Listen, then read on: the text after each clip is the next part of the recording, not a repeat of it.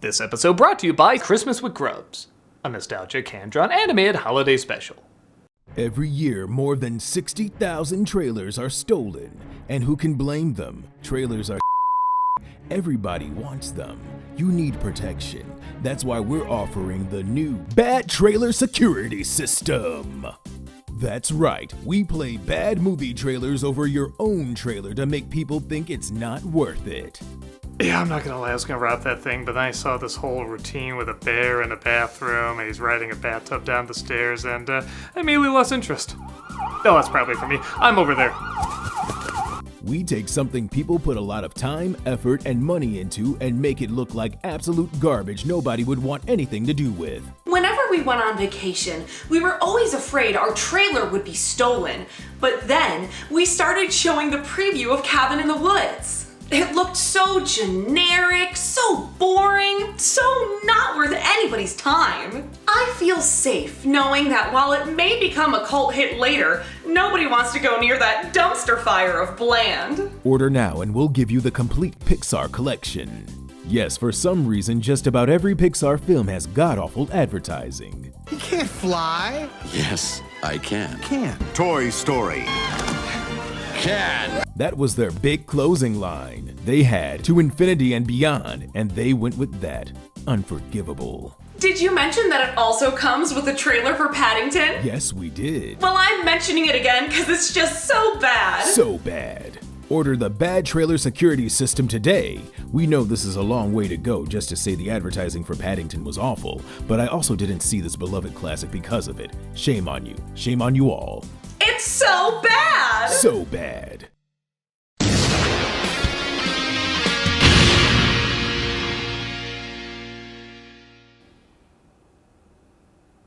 Hello, I'm the Nostalgia Critic guy. Remember it so you don't have to. Why, it's early December. This looks like a job for Christmas.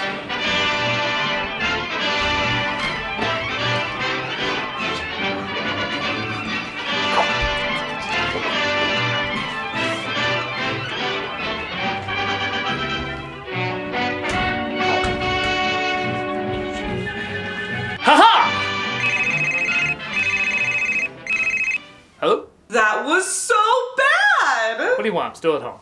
This is Paddington. Released 10 years ago in 2014, Paddington won over audiences everywhere despite, as we subtly put it before, not having the best advertising. It looked like it was going to be playing with fire if it was an origin story for Smokey the Bear. It looked awful. But thankfully, word of mouth and good reviews led to a lot of people loving it even years later. No, it's not a big surprise in Britain, as the book was already pretty beloved, but in America, it was known enough. Honestly, I always confused him for Corduroy the Bear. That's racist! It also did help that it was released in America in January. Not only after Christmas, as most people see this as a Christmas film, but also in the month when many studios release films they're basically sending to die. Nevertheless, Paddington succeeded. Granted, it never did hit #1 in American box offices, as, well, people had to see that fake baby in American Sniper. But critics and audiences really seem to love it as, like I said, it's still being talked about and even more sequels are being produced. So, what's so charming about insert any number of bear jokes I've made in the past year? Well, let's sink our claws in. From the writers of, well, everybody makes mistakes, let's take a look at Paddington. We start off this child-friendly adventure with a reminder of the incredibly child-friendly person who produced it. And we're shown a film following an explorer journeying through Peru. I travel light, carrying only the absolute essentials. And you know how when you're not sure about a movie but a good early moment can start putting those fears to rest? His helpers carrying basically an entire living room was that for me. I thought my time was up, but the bear saved my life. He discovers two very friendly bears who seem wise beyond their years. Mostly. This is marmalade. We're gonna make parents hate this product due to so many kids demanding it after this movie. It'll almost match the pet clownfish genocide from the Year of Nemo. And if you ever make it to London, you can be sure of a very warm welcome. Years later, after the explorer leaves, the bears look after their nephew, played by Ben Whishaw, who's as obsessed with marmalade as his folks are. This was a Smurfs movie that go on for 10 minutes. They construct a machine dedicated to making marmalade. However, an earthquake hits, and okay, which one has the trip vibe? Somebody always trips during a scene like this. Auntie it is! Uncle stays behind to help, but doesn't make it to the shelter in time. Aunt Lucy. Paddington, what have you done? Seeing how there's nothing left for them, his aunt sends him to London. As the explorers said, he will always be welcome there. Aren't you coming? I am too old. I will be safe in the home for retired bears. This movie's like the Country Bears if every joke was given just one more day to tune up. He says goodbye and makes his way to England. One diabetes later. London. I will say the animation on Paddington goes back and forth between being passable for a kid's film and legit really believable. Even when he doesn't look great, there's never a sense that anybody was half-assing it. They even animated him in this picture reflection. Nobody would be looking for that, but they did anyway. This movie truly does feel like a labor of love. Personally, I enjoyed the Victorian wool experience. Nobody seems to help until he stumbles across a family named the Browns. Keep your eyes down, there's some sort of bear over there, probably selling something. I am legit blown away by the bear world building this movie has. Like, you know how I said the opening joke calmed my fears about this film? That one line made me say, okay, this movie's gonna be really good. Good evening. No, thank you. The father, named Henry, played by Hugh Bonneville, wants to keep his distance, but his wife, Mary, played by Sally Hawkins, sees he's in need and decides to help him find a place to stay. Shouldn't you be at home? I haven't quite worked out how to find one. I can't help but wonder if Mary and Paddington's colors are intentional, as they seem to have a strong bond instantly, and he often wears a red hat and blue coat, while she often wears a blue hat and red coat. Almost like they're showing there is a natural connection. Could be a coincidence, but it's an interesting one. Hello there. Oh, hello. And yeah, I think everybody knows there's a lost and found sign in the background, but it's pretty adorable. Why don't we find you some help? Oh, yes, please. Henry is less than thrilled, but he does make chit-chat, even trying to learn how to speak bear. You try it. That is extremely rude. That was 5 bear slurs, even worse than when Nicolas Cage did Bearface. Since his bear name is hard to pronounce, I decided to give him a different one. Or perhaps you'd like an English name? An English name? How about Nigel Poppy Robbie Bobby Bottoms? Cumberbatch. Oh, look, Henry, it's perfect. Thank God this wasn't the station they stopped at. They take Paddington to his home, they pass by the author getting sloshed on his residuals, and they pull into Mr. Banks' house. Which makes sense, the voice actor for Paddington will be living there shortly. This is wonderful. Some of the film's great writing shines through when they try to figure out if they should give him to an orphanage, which scares their son as he thinks it's Arkham Asylum. It would be an institution for young souls whose parents have sadly passed on. I love it when writers figure out you can actually be more creative writing a movie for kids than a movie for adults a lot of the time. But of course a lot of this wouldn't work if the directing and acting wasn't 100% dedicated. And everyone in here is treating this material as artfully as possible. What it is we have a guest for the night, a bear, and I just needed some extra cover for any yes, a bear. The way he so casually keeps dropping the word bear should be studied by every Shakespearean theater. We partake in the teaser trailer that made everybody think this movie would suck, and while it is better in the context of the film, it is still pretty lame. Granted, this shot's pretty cool. Nice weather for the ducks. That's stupid. But it quickly makes up for it by showing what every family member is like by displaying them in a dollhouse. First thing tomorrow, that bear is out of here. This visual is breathtaking. Mr. Brown says that having a bear increases the chances of major disaster by 4,000%. Also, he believes there's a 20% chance he's in a Wes Anderson movie. Judy suffers from a serious condition called embarrassment. They set up arcs for every family member, which, okay, aren't the most original, but they do show the family has a clear identity that Paddington will no doubt help improve. Like how Henry obsesses over his son's safety after an accident. Last year he built a pair of rocket boots. 3, 2, 1. We're introduced to Millicent, played by Nicole Kidman, partaking in an oldie but goodie joke with the mounted heads, and revealing she's obsessed with finding Paddington. That creature means a great deal to me. Is he endangered? He is now. There was originally a lot more of Kidman throwing knives. She even learned how to do so for the film. But too many kids said they were afraid of her. She's a villain! You're supposed to be afraid of her! I guess we can settle for the daggers from her eyes. Seems to have lived on nothing but marmalade. Did you say marmalade? So my thoughts on Kidman in this role are honestly the same I have about her in just about every role. Acting-wise, she's fine. I never really saw her as an amazing talent, but it's clear she's giving her all in everything she does. I just feel like she never goes big enough or subtle enough to leave a huge impact. And it's a strange in-between that gives perfectly fine but not phenomenal performances. But what she does have is a great look. Her face is naturally designed to be intense and interesting. And I think that makes up for any moments where the performance might be lacking a touch. I mean, she doesn't have to say a word and I'm already laughing just seeing her in this movie. And you can tell that's 100% intentional. He sneaked out in the mail van. Yes. I tracked him as far as Paddington Station. Good. But then he disappeared. I'm sorry. She doesn't need to follow him. He already has the most delightful stalkers. Do they just have the same people in the opening carrying those instruments? Paddington, over here! Not every moment works. Like there's maybe one too many slow-mo shots. I kind of feel like Zack Snyder took over for a minute. But again, the charm of the movie shines through when Jim Broadbent plays an antique store owner who might have some info on his hat and the explorer who gave it to him.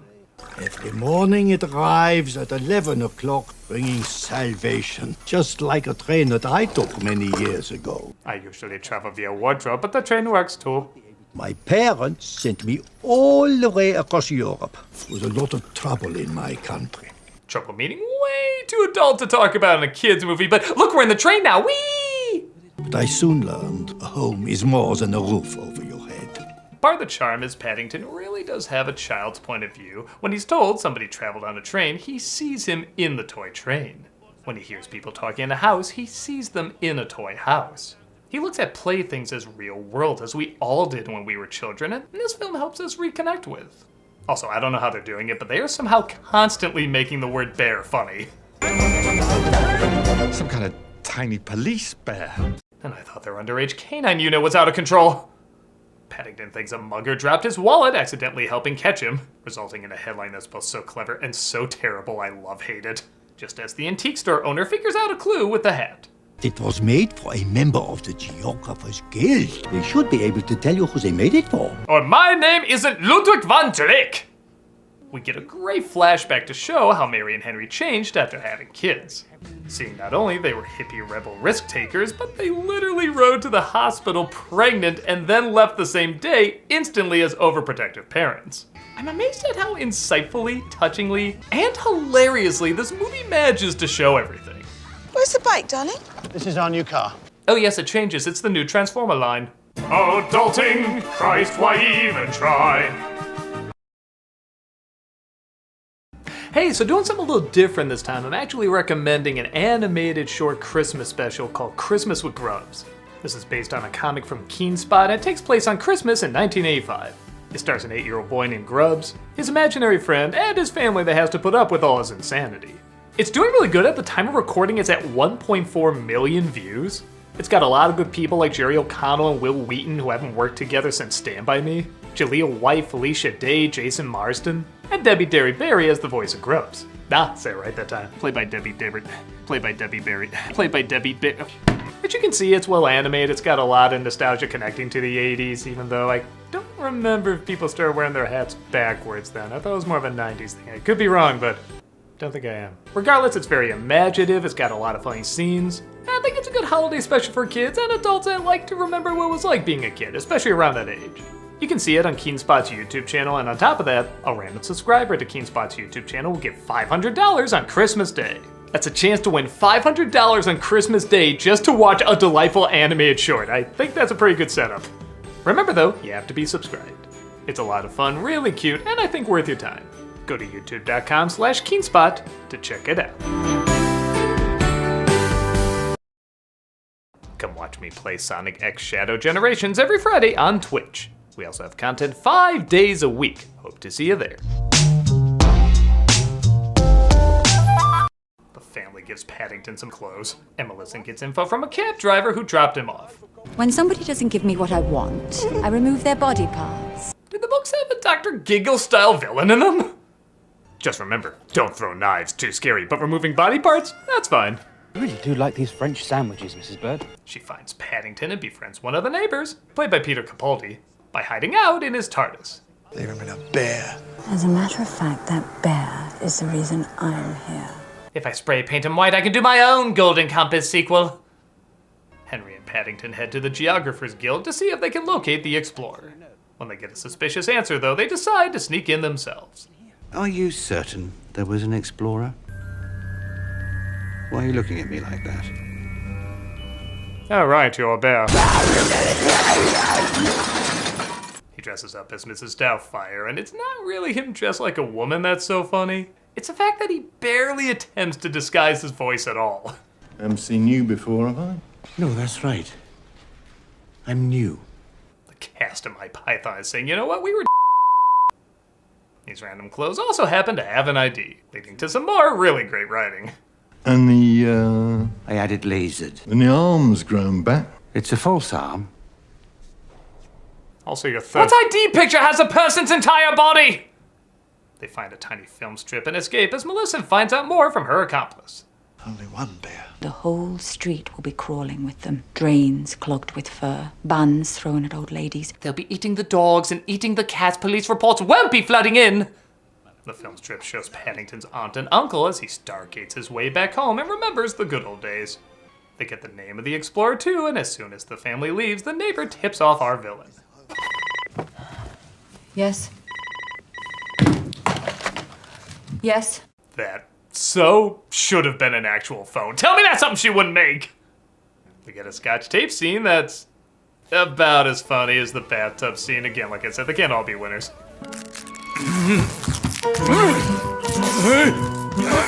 And so on and so on and so.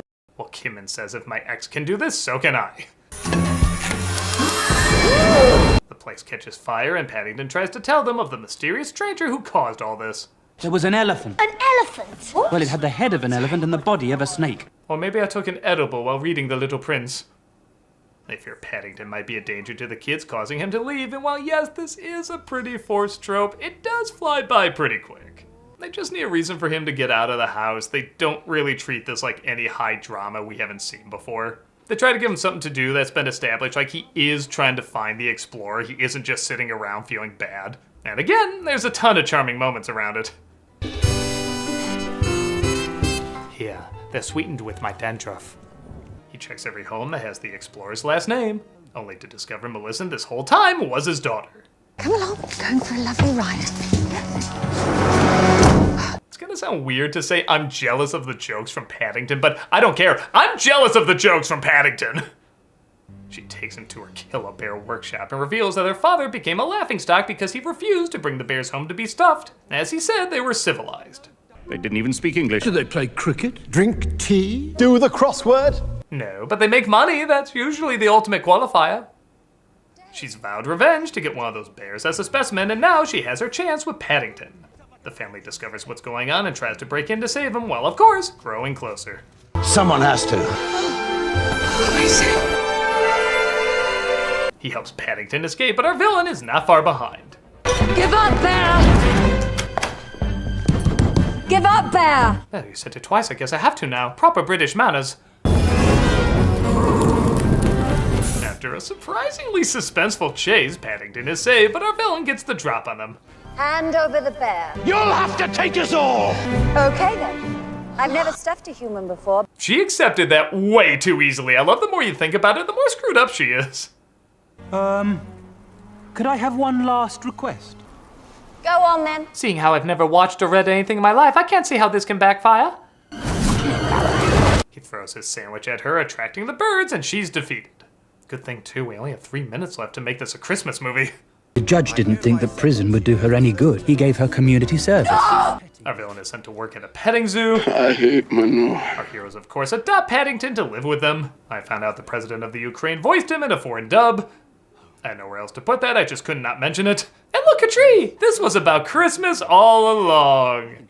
Yeah, okay, I guess it's similar to It's a Wonderful Life. It only becomes a Christmas movie near the end. But somehow we're gonna keep arguing over this one. I I certainly see it as a Christmas movie. It came out around that time, it has similar themes and colors, and the holiday is shown at the end. But however you see it, it's a pretty enjoyable flick. The characters are charming, the acting is mostly going for broke. The style is incredibly creative, and it's just crazy likable. As someone who's certainly heard of Paddington as a character, but didn't really follow much about him or read many of the books, I found this pretty welcoming and enjoyable. It's got great humor, a wonderful heart, and feels genuine despite relying on more than just a few classic tropes. Whether you see it as a Christmas movie or not, it certainly knows how to give you the warmest of fuzzies. I'm a nostalgia critic guy, remember? So you don't have to.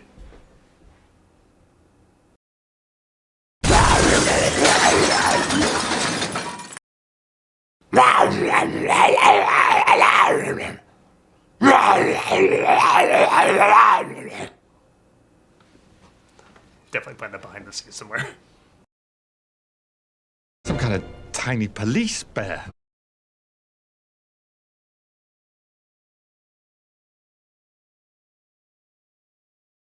It's Cameo for Charity, and this month we're doing Toys for Tots. So if you want a video of me saying happy birthday, Merry Christmas, congrats, or whatever, go ahead and click on the link below and know you'll be giving to a good cause. With that said, I usually do Toys for Tots for December, and part of that is because of this funny story that happened when we were shooting the review of Christmas with the Cranks. I share it every year, and this year is going to be no different. Hey everybody, Doug Walker here doing the charity shoutout, and I have a funny story for you.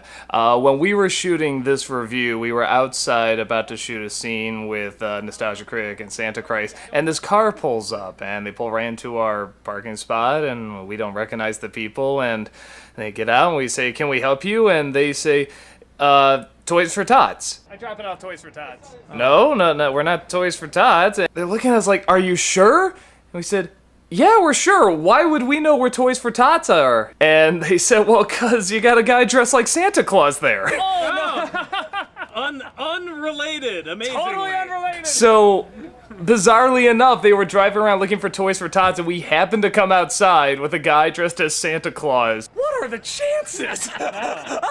And I took it as a sign.